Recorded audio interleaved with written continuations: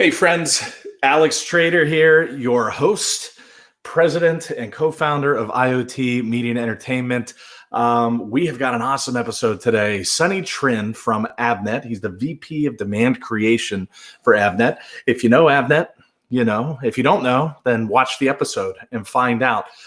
Incredible journey, amazing organization, 100-year-old company, doing really just wild things in IoT, in technology. Give it a listen. I hope you enjoy, and we will see you on the other side. It does that whenever you hop in. It kind of takes a minute. Here, I'll give us the full screen view.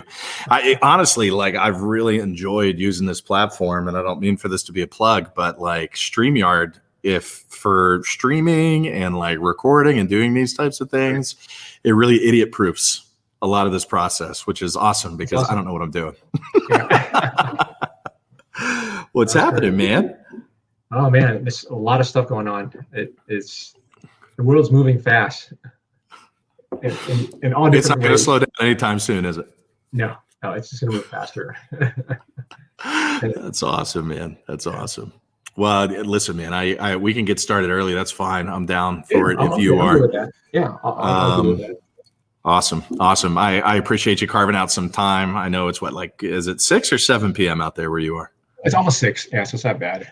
Almost 6. Okay. Yeah, it's almost 9 here. I'm in our offices downtown at TrueFit. You can see the cool digs behind us. Yeah, that's awesome. That's yeah, it's a good spot. It's quiet right now, which is cool. The AC unit is not just humming in the background, which it normally does. It's cool. But yeah, man, appreciate you kind of carving out some time and hanging out with me here. Are you partaking in a drink of some sort? Are you drinking anything tonight?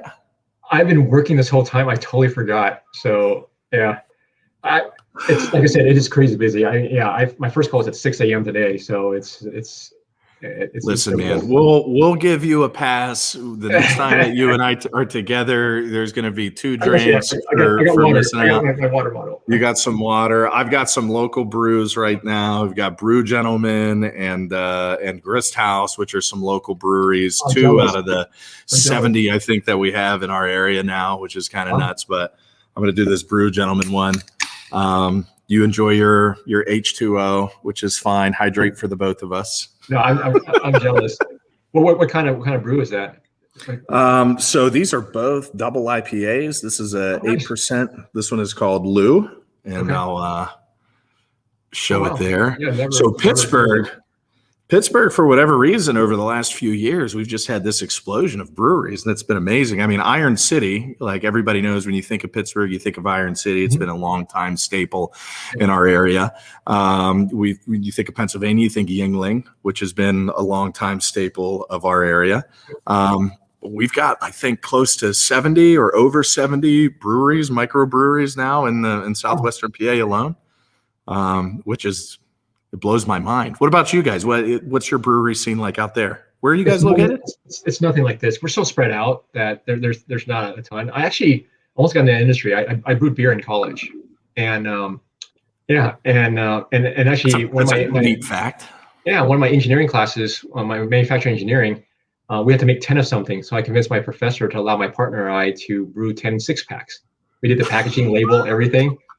And the best part was, we're rolling down the campus, right, with 10 6-packs in milk crates.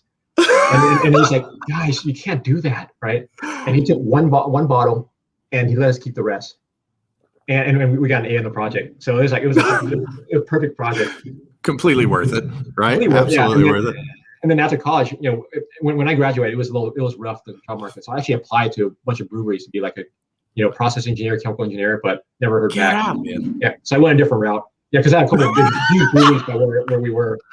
Yeah, that's so funny. So you could have been Sunny Trinh, master brewer, instead of VP of Demand Creation for Avnet. That's right. So are you glad the path that life took you, or would you rather be in brewing? It's hard to say because you don't know where the other path takes you, but I can't complain, right? Technology is fun. And I mean, you're in the middle of it, Alex, and we're going to talk about that. And right now, like I said, with IoT, the way it's emerging and everything, it touches literally every aspect of your life, including brewing as well too. I do talk to just different companies. Like bourbon, for example. We're looking for a way to monitor whether a bourbon barrel is leaking or is evaporated. And believe What it do or you not, call that? The devil's cut and the angel's share, right?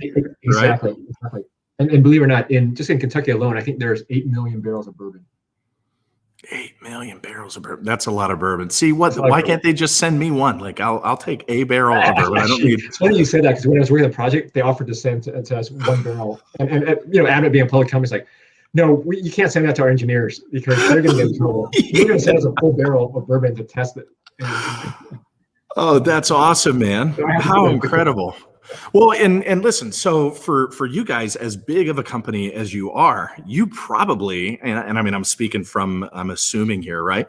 But you probably get sucked into all kinds of really cool, innovative projects in industries that people wouldn't typically think about IoT. Like people that drink bourbon and beer and scotch and stuff like that typically aren't thinking like connected devices, technology, and what really goes into it. They see the final product, but they really don't understand maybe the process, right?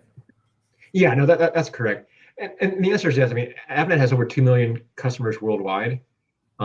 So a lot of interesting technology, but also what I do is I lead what we call our non-traditional team. So we call on companies, or my team does, companies that historically don't use electronics or technology, that now they hear about IoT, now they're getting into it. So we're doing everything from, cattle and environmental reproduction. You probably wouldn't think that we're talking about bull semen, but that's we're putting sensors on those as well too. And Alex, when you talk about liquid gold, I think that is the most expensive liquid in the world because you get like a prime bull. A vial semen can cost up to $100,000. Yeah, it's no idea.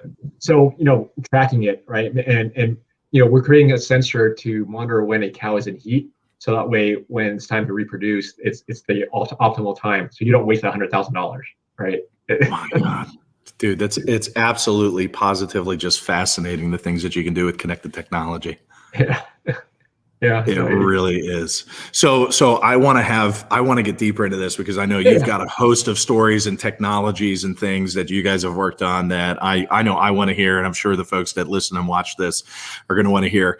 But a piece of what this is and what we do with the Unlocking Potential is kind of the stories behind the individuals that are with the companies doing cool things. So if you'll give us the opportunity, let us get to know Sunny a little bit. Share a little bit about your past experience, of what brought you to Avnet, how you came there and became the VP of demand creation of a globally recognized corporation, publicly traded corporation. Yeah, sure. So I grew up in Southern California, and I've always been interested in technology. Like as a kid, I remember taking things apart, putting back together. For those a little older, remember the Atari 2600. Right? I don't know if you remember that. Like, I'm a little older than you, but it was a joystick with a button on one side, and I decided I'm going to rewire it so that way I can play it left-handed, just for the hell of it, right? And so I went and did that. I remember learning a program when I was in elementary school, learning BASIC and stuff like that. So I was always interested in technology, but also interested in finance and business, and so kind of went both ways a little bit. Graduated from Harvard College, so local college as well. Got my master's there, and then got into semiconductor just from on-campus recruiting. Somehow stumbled onto distribution and sales just from a friend who was in distribution and played tennis. I played in a league with him, and they had an opening, and they said, "Hey, you should check this out because we see a lot of really cool technologies. We're talking to a lot of different companies." Okay, and then from there, it just kind of kept my interest because, kind of like what you said, being a distributor, we deal with so many different companies and so many different technologies. So every single day is a little bit different. And you kind of watch technology evolve, and you always stay in the forefront. Because when we're helping these companies with their technologies, we're seeing it before it gets released. So usually we're 2 to 3 years ahead of the rest of the world because we're helping them, from the ground up. And that always excites me. And then as things, evolve and move in quicker, especially now, being able to help these companies, help them get to fruition, and seeing what they're doing, to me, was really exciting. So, engineering background and then tying it to business really kind of helps them evolve as well. And like you said, things are moving even that much faster. And now when you start bringing these non-traditional companies coming in and saying, "Hey, I need help," well, one thing that I do is I matchmake. I connect our customers who has cool technologies to these other companies, 500 companies, big companies, to solve their problems with their technology using IoT, using data, using AI and analytics. Wow, Dan, that's awesome. So you guys are really all aspects of the IoT spectrum whenever it comes to product creation, when it comes to like from that concept to, delivering some sort of a product, figuring out helping companies figure out how they can make money with that product, all that stuff. You guys are end to end from that perspective, right? Yeah, absolutely. It's our goal and my goal is when we meet these companies, first of all, find out what their problem is and create a solution for them in a way where they can focus on their core competence and not worry about all the other stuff. Because one of the problems that a lot of companies run into, whether it's large, it's definitely startups, but even large companies, is once you start doing and going outside your swim lanes, it's so hard to stay focused.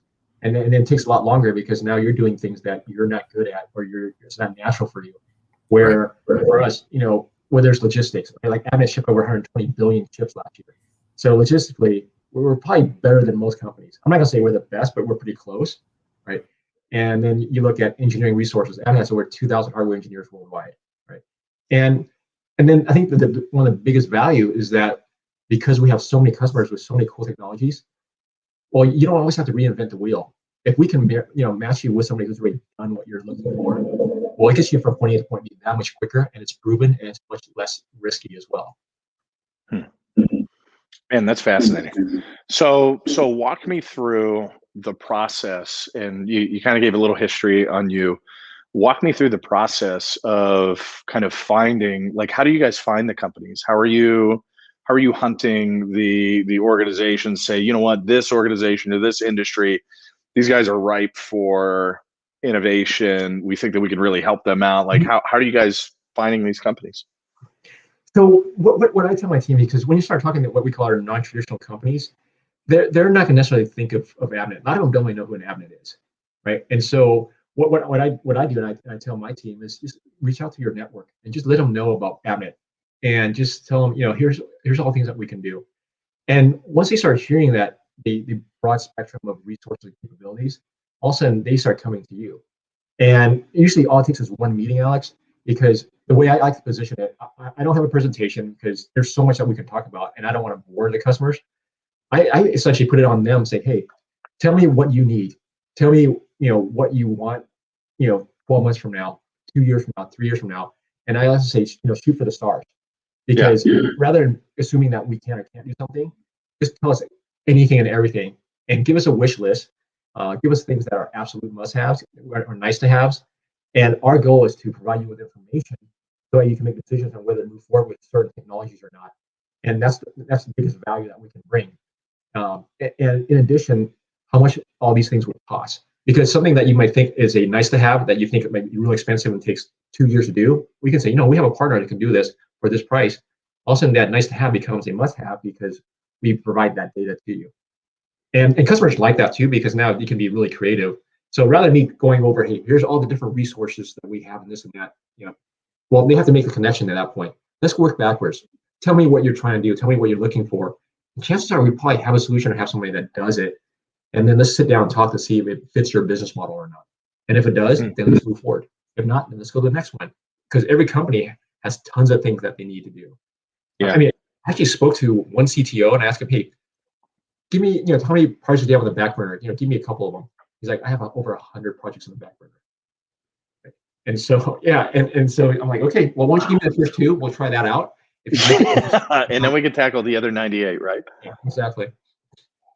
And those conversations are fun because now I'm not talking about the bits and bytes. Because a lot of executives in these companies, they can care less. They can care less what kind of solution is, as long as it solves their problem and it fits their budget, right? Yeah. And so that kind of goes back to what we're talking about with IoT and hardware. Alex, hardware is a commodity at this point. Yeah. I mean, whether Avnet does it or whether a competitor or somebody else, it doesn't really matter. It's the complete solution what customers care about. Yeah. Yeah. No, that's fascinating. So I'm going to bring it personally here with this question. And as somebody that is an expert in the industry working with a brand like Avnet and doing the amazing innovating things that you guys do, what is something, you know, you can give me one or two, what are some things that you are most excited about right now about IoT, where IoT is today, and where do you see that going? Yeah. So what's really exciting now is the evolution of chips inside the IoTs, because using, with Moore's law, every 18 months the processing power doubles and things like that as well. What that does too is it brings the price down. So now with chip levels, the cost is so low, you can use it in just about anything. Because really, IoT is all about using hardware to collect data. That way, you can use that data to make decisions on, whether it's machinery or whatever, what to do. And in order for it to be viable, it has to fit a certain cost model. So now with chip pricing being as low as it is, you can get an IoT sensor for well under $1, obviously depending on the type. But now you can start collecting data for under $1. Imagine that, and start doing processing and start making decisions. And so once you have that in place, now, it's unlimited on what you can do. And that's why I started reaching all these, like I mentioned, non-traditional customers. Because who would have thought we would do IoT devices to see what a cow's in heat, right? To find optimal time for reproduction. It's crazy. It's crazy. What do you see right now being the greatest challenge for IoT as a whole? And I know when we talk about IoT, like it is now such a broad and generalized term that really spans, globally. But what do you see the greatest challenge for IoT innovation today in what you do?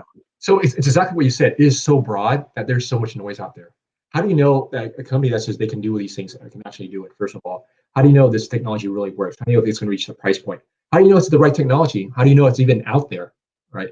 And so that's why, rather than going specific technology to customers, I'd rather work backwards. Tell us your problem is, come up with a solution, and if you like it, then we move forward. If not, we go to the next one, right? This way, each individual, they don't have to go out and search themselves, because if you Google anything, there'll be a gazillion companies that says, "Oh, we are the best. We can do this." Right. How do you know that? That's marketing and branding, right? We're the best. It is. But then also at the same time, the companies that have developed solutions already, it fits a certain model. So it may solve 80% of your problem, but what about the other 20%? Right. And so that's why, by working backwards, let me know exactly what you're trying to do, and I can start piecing it together, right? To give you exactly what you want. Because sometimes 80% is enough, but a lot of times that 20% could be really critical as well too. Yeah. No, that's awesome. So it sounds like you guys are working with a lot of established brands that have been around for a while, that are like dipping their toes into the technological water, right? Whenever it comes to IoT, which is insane, because IoT is such an advanced piece of technology, albeit it's been simplified a lot over the last five to 10 years or so. But what would be some advice? Are you guys ever engaging with startups that are looking to, maybe build or have an idea to build an IoT product? Like what would be your advice to a company, with you guys and the capabilities that you have across the IoT landscape, like where to start, how to start? Give some tidbits to maybe some startups or entrepreneurs that are thinking about connected devices here. Yeah, I would say find a partner that you trust, and outsource as much as you can, because because when you're a startup, first of all, you have limited resources, limited time. If you spend all your time trying to do things that you're not good at, or I shouldn't say good at, but not experienced at, right? Then it takes away from your core competence. Because in order for a startup to be successful, you have to have something that stands out, something that differentiates yourself. But then as soon as you start moving away from that, well, it dilutes that.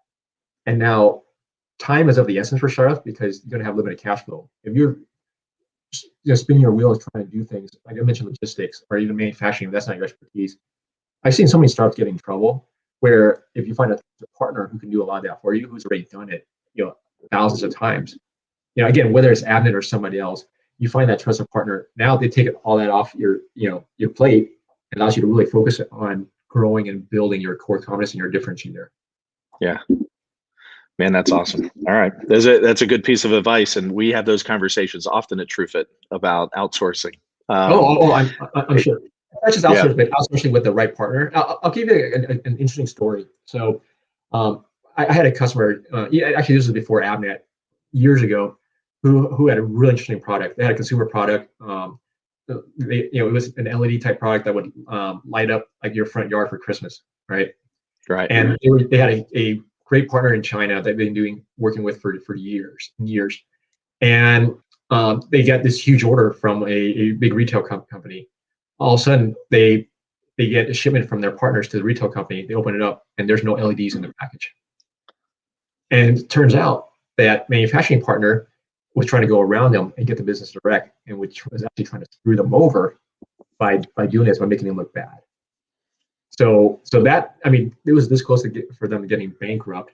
And the company I was at right now, we had to go in and help provide some financial assistance, extended credit terms and stuff, and essentially redo the all the manufacturing and everything.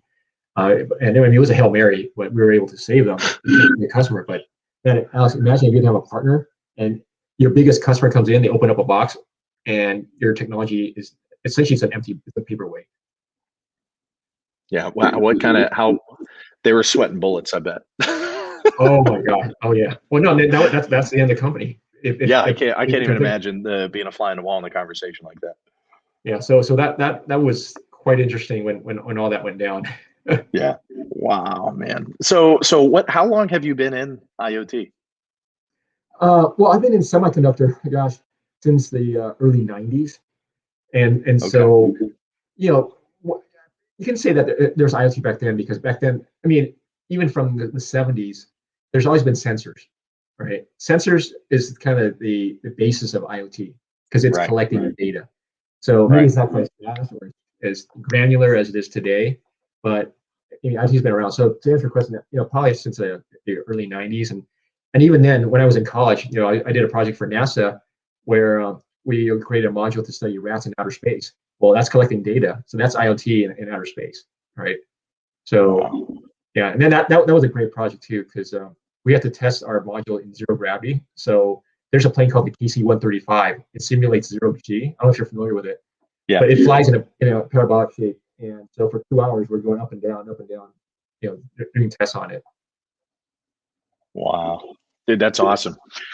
So in a term of recent public events, what do you think of Jeff Bezos and his recent trip, and Richard Branson and their recent trip to outer space? Oh gosh, honestly, I've been so busy, I haven't paid too much attention to it. But it just seems like it's more about ego than anything else. All right, because what they're doing, I think eventually it's going to help advance us going in space and living out there. But you have big organizations who's doing a lot more to help advance that. So it just seems like it's you got billionaires, big egos trying to outdo each other. Yeah. But I love your question. I mean, you're right, because it's out there. But yeah, it's great entertainment, right? It makes for great entertainment.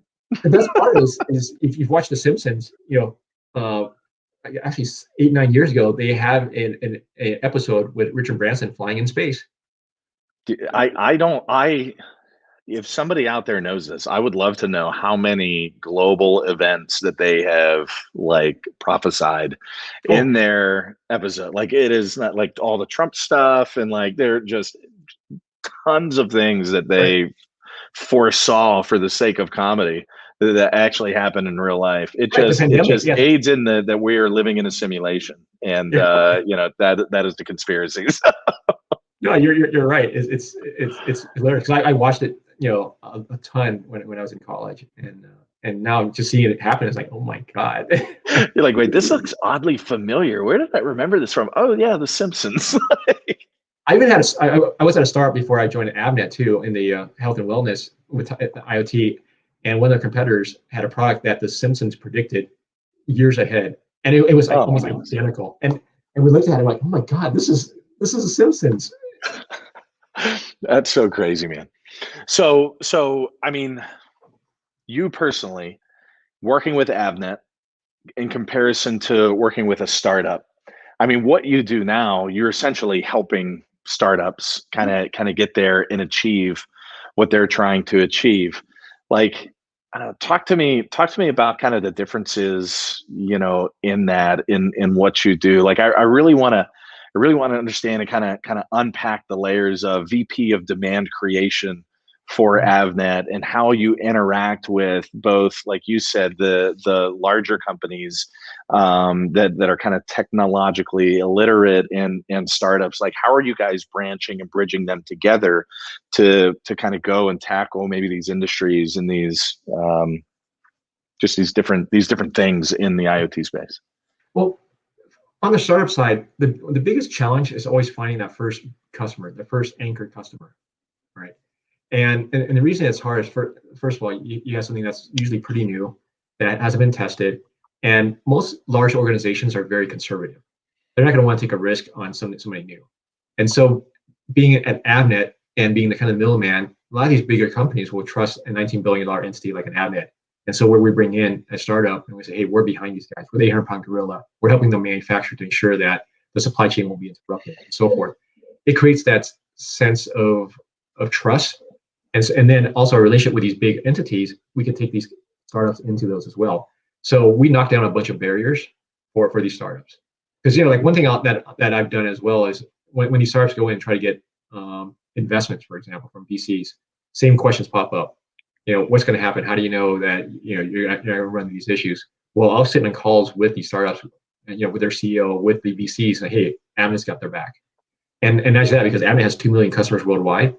Well, if it's a cool technology, chances are we can probably bring a few customers to them as well too.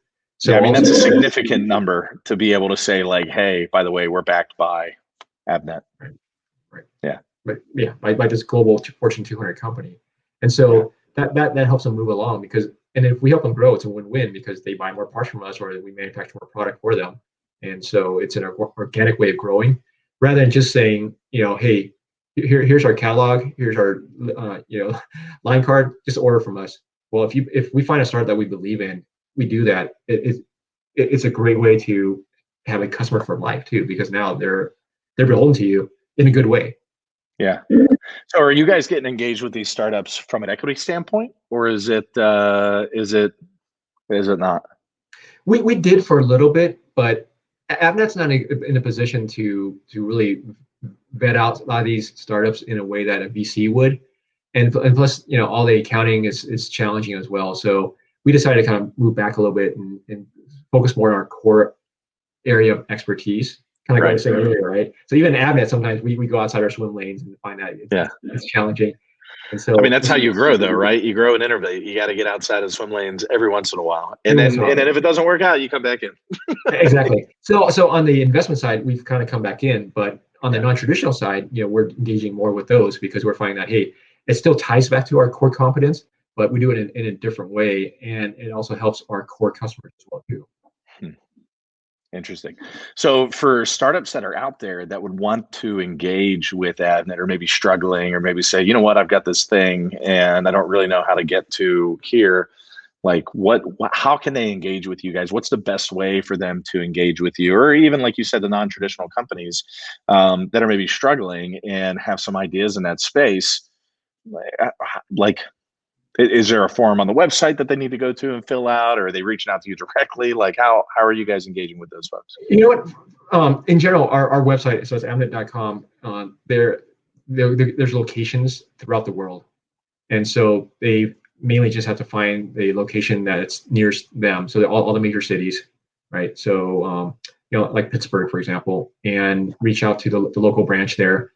And they'll have all the branches have field application engineers, account managers that can at least start the dialogue and the path to see where things are going. Interesting, man. That's awesome. I'm gonna have to hunt down some Pittsburgh-based Avnet engineers. I gotta get the note. Yeah, they're a little wacky, but they're okay. That's okay. We're used to wacky. It's number one, it's Pittsburgh. Right.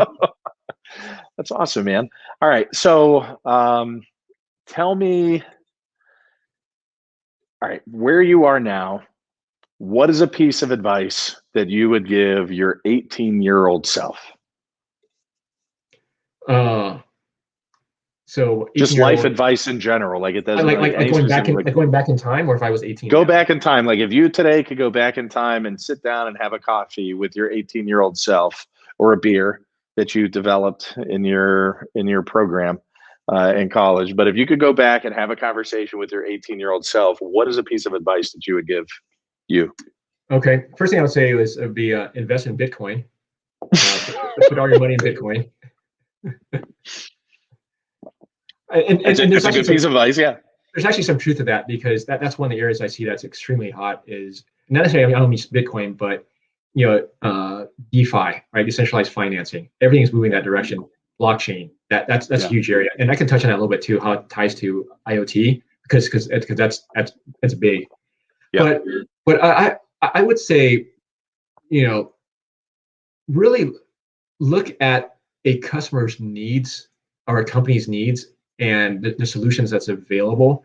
Because one of the things I did when I was younger, jumping into technology, was I got overly excited by too many shiny new nickels, right? And taking a step back, I made a lot of mistakes. I called it, going into sales, I called in customers that went nowhere. I actually invested in some startups that went nowhere because it sounded good, but I didn't do my due diligence. So look at the technology, see how it fits with what the world needs, see if there's an anchor customer, things like that. So be a little bit more diligent about that, and not just get excited about a product or a technology, because sometimes you can have the greatest product, greatest technology, but if they don't have the right fit on what a company needs or customer needs, it's not going to go anywhere. And I mean, and you can see there's endless lists of these things. And sometimes you have an inferior product, but it just hits the needs in a right way.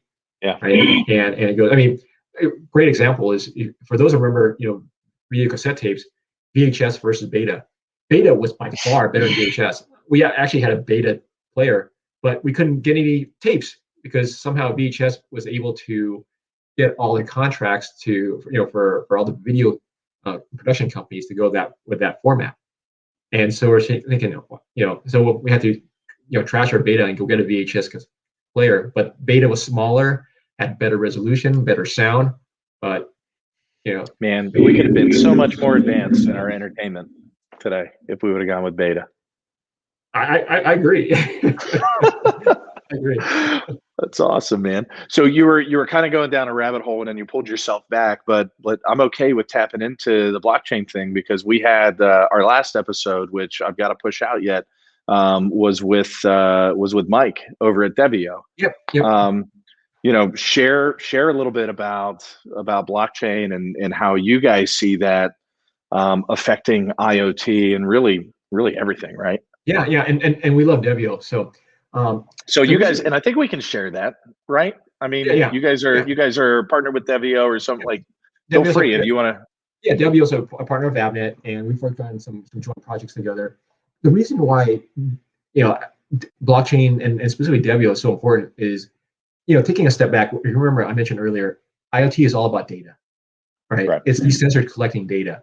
And so what you do with that data is critically important, because you can collect data all day long. And right now, the amount of data that's being collected and generated in the internet for the past 2 years is more than all the data from the beginning of history to now.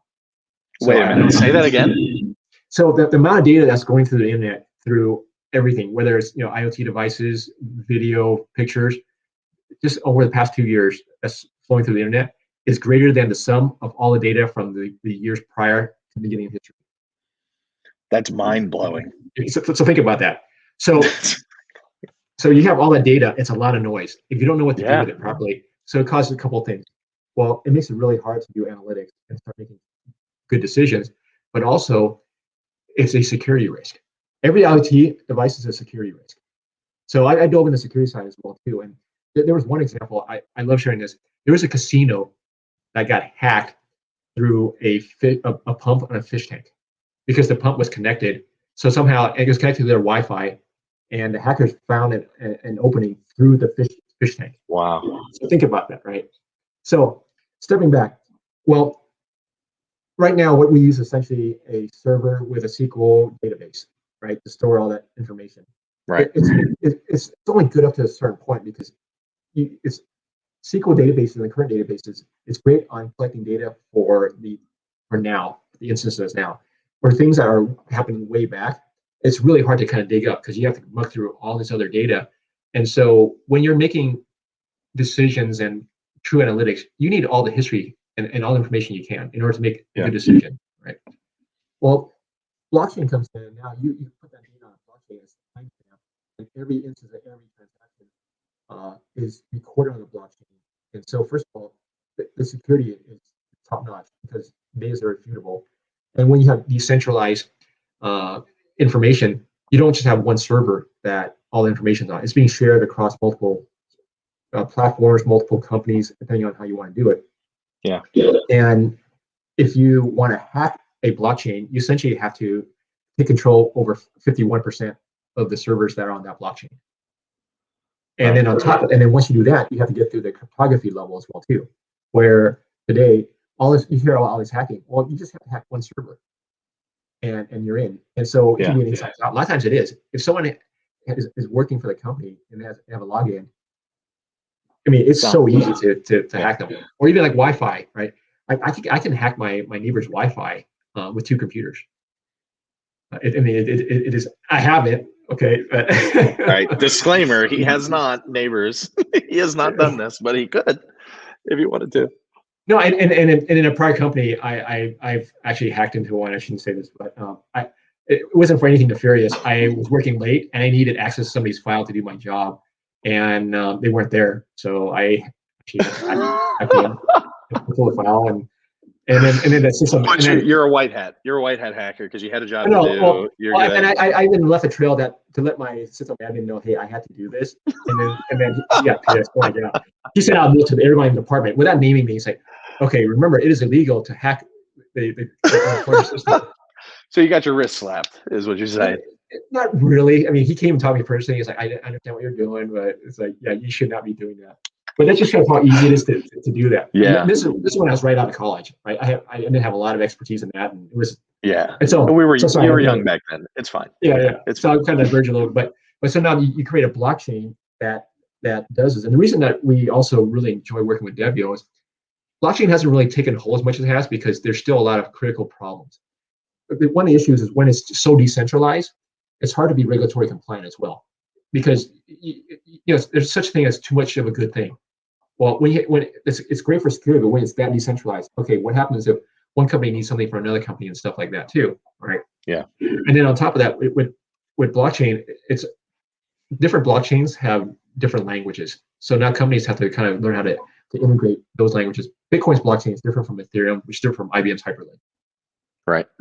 We looked at a bunch of different blockchains to partner with at Avnet, and I don't want to make this commercial for Devio, but I do want to kind of bring, share why this is so important, because what Devio did was eliminate a lot of those issues, so that way we can connect it with our IoT hardware, and all of a sudden our solution isn't a commodity anymore. And Devio solves this by having an interface that's essentially use the RESTful API, which is a web interface. Yeah. So any web developer can connect to Devio's platform literally within a day. They actually have a pretty big Fortune 200 software company that integrated Devio's blockchain in one evening. Wow, that's incredible.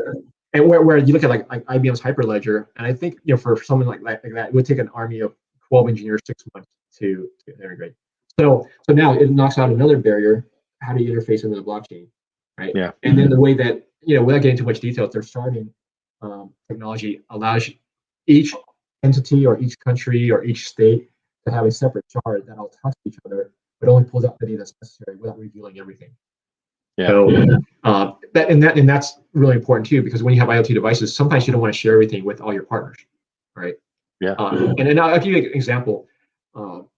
When we were younger and we had to show our ID to buy alcohol when we were 21, you show your driver's license.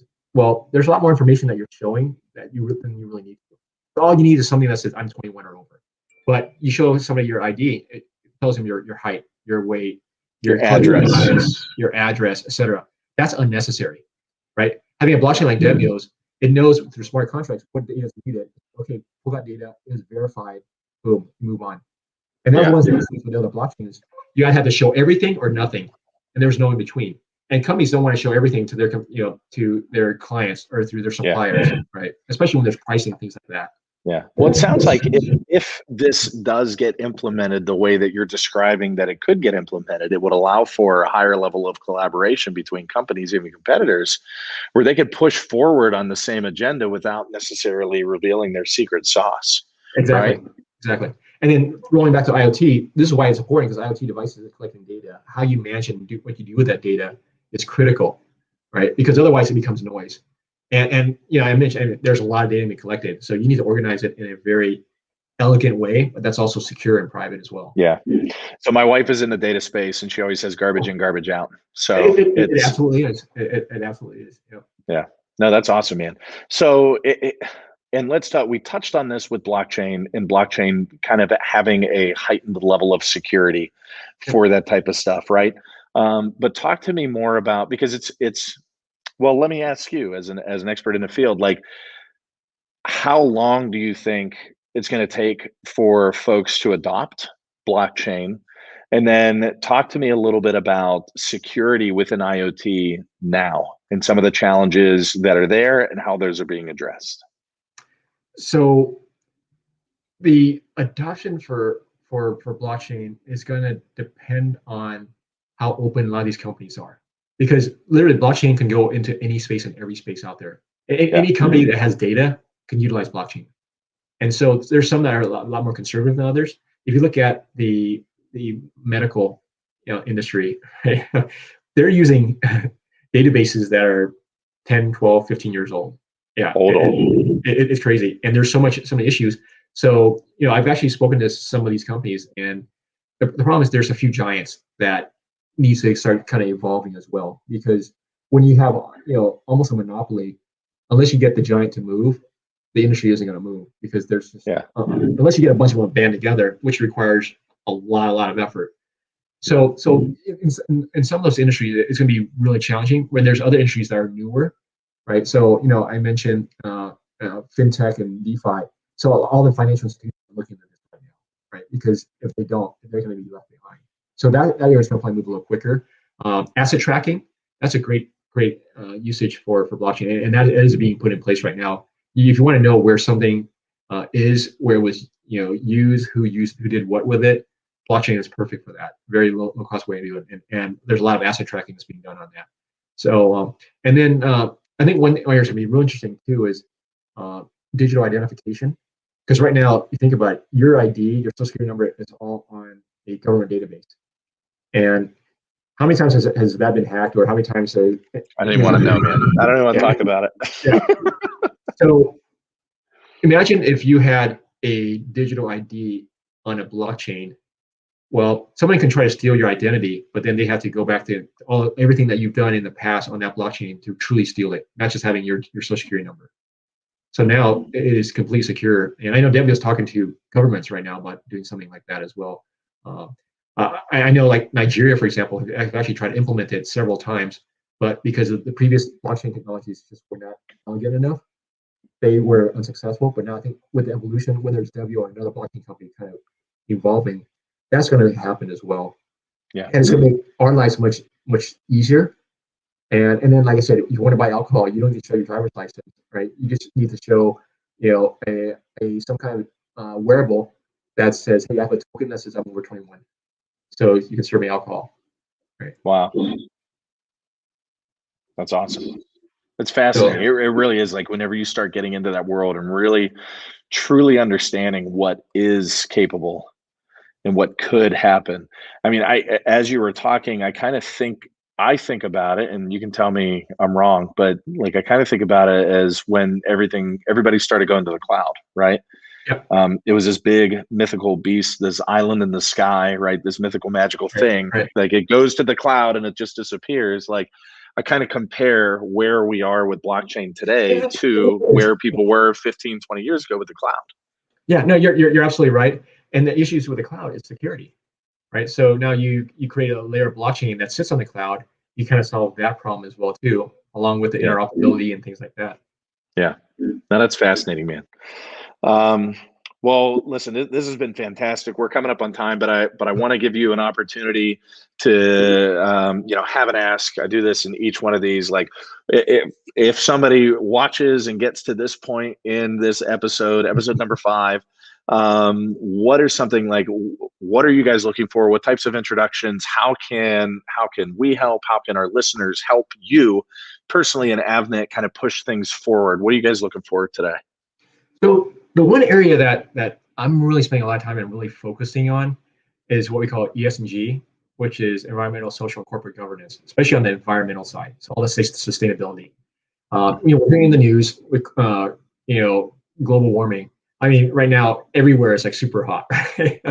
The weather's ridiculous, or you get these extremes, right?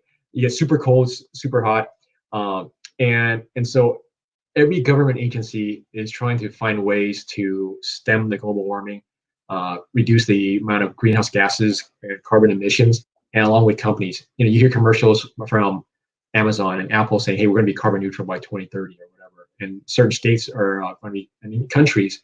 I think the U.S. are saying that we're going to be carbon neutral by 2045. So, in order for all that to happen, there's a lot of different pieces that need to be connected. Part of that is IoT as well, because you need sensors on everything from lighting to machinery, right? Monitoring the energy, to sustainable energy alternatives like solar, for example. There's a lot of IoT devices that monitor all and measure all that as well. And so, what I'm getting with this is one of the big pieces, one of the things that's necessary in order for us to stem this global warming is for us to clean up the whole carbon credit market. And for those who aren't aware, carbon credit essentially is when a company does something that helps reduce CO2 emissions. For every metric ton of CO2 that's eliminated or a carbon credit is generated. Yeah. And what that does is allows companies who are emitting a certain amount of CO2 to offset it by buying those carbon credits. And a lot of people will say, "Hey, you're essentially allowed to buy a get out of jail free card." Well, yes and no, because the fund that they create by buying these carbon credits, it helps move forward some of these other technologies, these projects as well. That continues to be good, and so it does help balance things out a little bit. And what we're seeing is a lot of really cool technologies are starting to grow because getting extra revenue from the carbon credits really helps move them forward. And so if there's companies doing anything sustainable, reach out, let us know, because we can help you with this as well. And if you're a company that is not doing anything sustainable but needs help to be, with your, let us know too, because partnering with Devio, we're putting together a platform to bring in all the different pieces to help both sides of it. Fortune 1000 companies who manufacturing, and yes, they're trying to reduce their energy usage, but when you're manufacturing something, you don't have a choice. I mean, you're going to be generating carbon no matter what, right? Because you're running a factory or whatever, or a transportation company. If you're a trucking company, even if you're going electrical, you're still going to be generating carbon into the atmosphere. So we can help reduce that as well. That's awesome, man. Well, thank you so much, Sunny. I appreciate your time. Thank you for the support. Thanks for being involved and drinking your water on the show today. Really appreciate it, man. Before we go ahead and sing us a song. Oh, I don't know, ukulele me, so I can grab it. You want me to do that? Seriously? Hey man, if you want to, I said I was going to mention it, and you don't have to. I wanted to throw that in there, man. I love the guitars in your background, or the mandolins, right? That's what they are. No, ukuleles. All right, here. Ukulele. Okay. Here, let's see. Awesome. Give us a song. Over the Rainbow. I'm just kidding. Here, I'll just. Can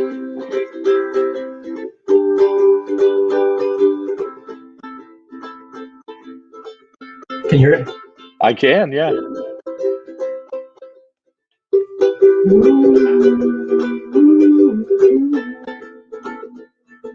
It sounds just like him, man. It sounds just like him. It was a great in memory.